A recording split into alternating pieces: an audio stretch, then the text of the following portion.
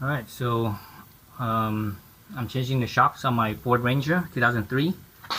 I bought this truck at about 80,000 miles, I believe.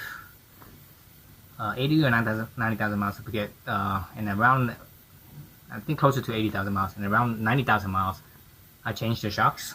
So now it's at 175,000 miles, so which is basically, that's almost 90. That's like 85,000 miles or something like that. So almost 90,000 miles again. And shocks, depending on if they're good or not, quality wise. Good quality shocks should last you about 100,000 miles. Cheap shocks will last you probably about 30,000 miles. So these are good shocks. So they should last, about 100,000 miles. But, as far as how long I'm going to keep this truck, I think I'm going to keep this truck for about 250,000 miles. So basically I'm about 75,000 miles away from that. So I figured, since I'm going to have to change the shocks pretty soon, anyways, I decided to change it now. And I can actually feel the suspension as far as like when you're driving, you hit like some kind of dip or whatever, and normally your shocks is bad is when you hit a dip or something, the vehicle will go down and back up, and it's pretty much stable, or it might go down, up, and it moves, and after that it moves barely a little bit. That's it. If it's going down and up and it's just going up and down and up and down, that means the shock is completely worn out. You don't want to get to that point. You get to that point, it's like it's totally shot. So these shocks, I could actually start to feel going down, up, and I think like down one more time. So it's like it's basically getting worn. Basically, it's getting there. It's still somewhat okay for the most part, but it's showing its sign, the beginnings of the sign. And I just barely noticed that this past week. So I'm going to change the shock here, and this is the rear. So the two nuts here are let's see, I believe this is a 15 millimeter and this is an 18 millimeter, and the top is an 18 millimeter. Let me see if that's right or not. Oops.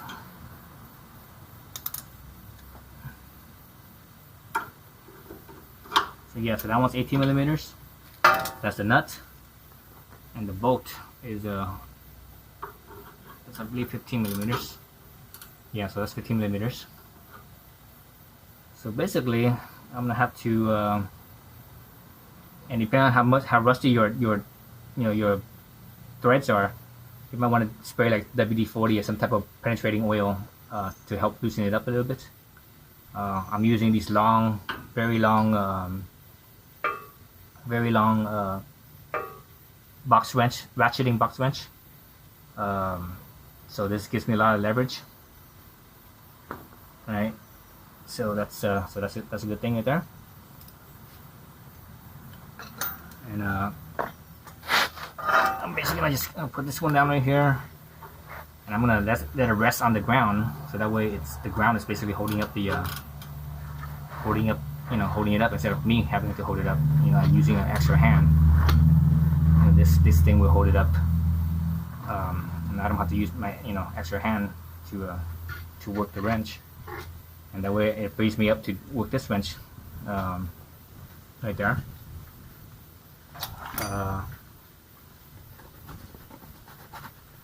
So let's see how badly rusted these threads are. I haven't done anything, so we'll see how bad it is. I don't think it'll be that bad, because California and all, we don't really have rust problems.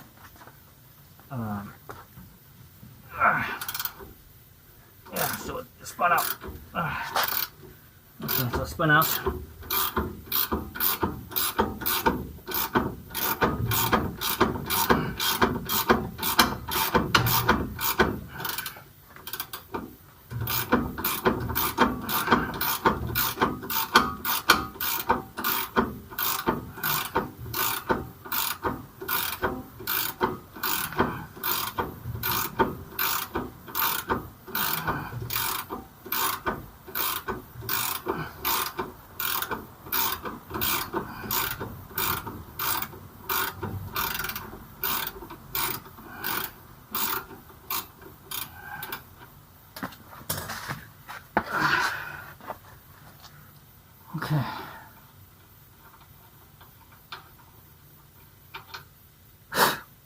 So these are, this is a Ford, and the interesting about Ford, at least on this particular one anyways, is the nut here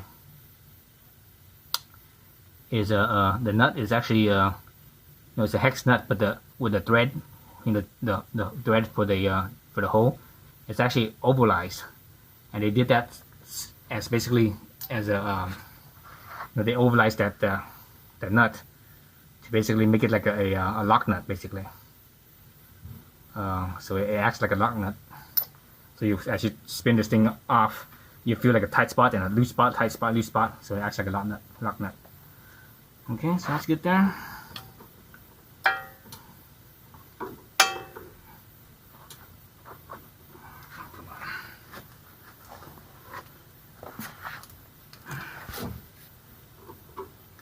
Okay. So obviously, when you jack up the car, make sure you put in a jack stand. So I have a jack stand on directly on the axle. So I'm safe there, and I also have the jack on as well. The jack is on the frame rail. So now I need to get up to this one right here. It's an 18mm. So let's see. Up there, same wrench I'm going to be using. It's a good idea to wear some kind of glove, so that way it helps protect your hands if you you slip or whatever. You don't bang your knuckles into something and and bleed and get bloody knuckles. I've done that many times. Maybe once in a while I still do it. Right now I'm preempting that and using some gloves. These are just like regular work gloves. They're not mechanic gloves or nothing, so they're kind of thick. It's kind of hard to feel anything, but I don't need to have me feel to do this here. Let's see. That one wasn't too tight.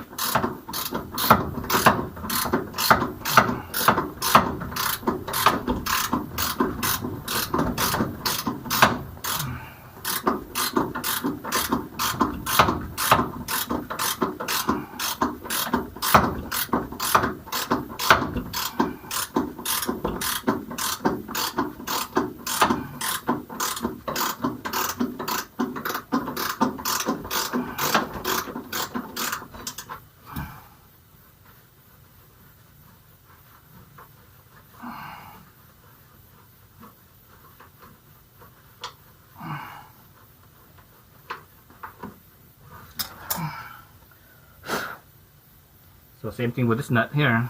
This nut is also ovalized where the thread is, so it acts like a lock nut. Where the thread hole is, it's ovalized, so it acts like a lock nut, just like the bottom one. All right, so I'm done with that. Now you just need to push this bolt out down the bottom here. I'll show you how to do that. Let's bring this camera over. Bring this camera over right there. This is a better angle, at least for lighting anyways. The other angle, the light was in your face, so it's hard to see. So this one, basically you just push on this right here to push it through. The shock might be pushing down because the weight's actually on the right here, the jack stand. So that means the suspension is actually slightly compressed. So that means the shocks, there's compression on here, so it might not want to freely come out. I'm just going to take a screwdriver and kind of just push over here and see what happens. Yep. Oh, there it goes. So it came out. Not very, a little bit of resistance. Not too bad though. If there is a little bit of resistance, what you do is you get your jack and jack up the frame itself, and not the suspended part. The suspended part puts pressure on here. You jack it up on the frame itself. This will actually relax and drop down and let this extend fully, and it should relax basically. Let's see if I can push this a little bit more. Ah, shit. It's kind of hard there. Let me push the jack up a little bit.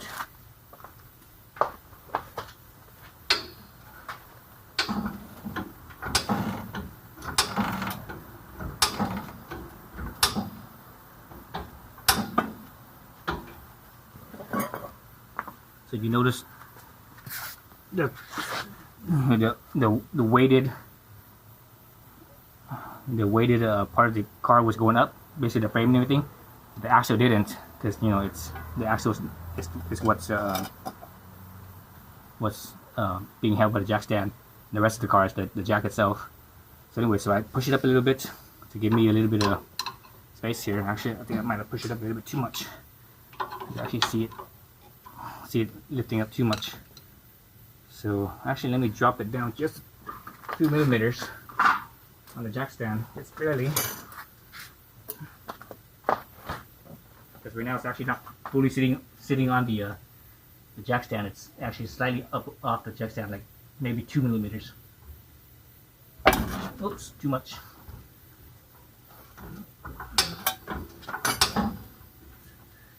So something that's good right there. Oops, still a little bit too much there. Yeah, still a little too much there.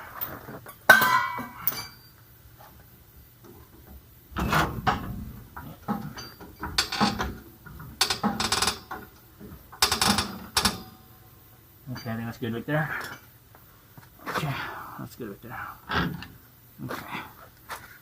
So when that's off tension, you just slice right out like so. Move this down, and you slide the shock body over towards the center. The other truck kind of wiggle a little bit. It's probably, the rubber bushing is probably stuck on the where the thread is. So yeah, with the rubber bushing was kind of hung up a little bit, but that's fine. So there's the O-shock. The O-shock is a, you can't even see it, it's kind of muddy, but it's a gas adjust from KYB. I'm a big fan of KYB shocks because they work really well. Japanese brand, work really well, and they last a long time. Quality made, basically. It's made well. So yeah. So yeah, that's it for removing the shock. I'll make a part 2 for installing the shock.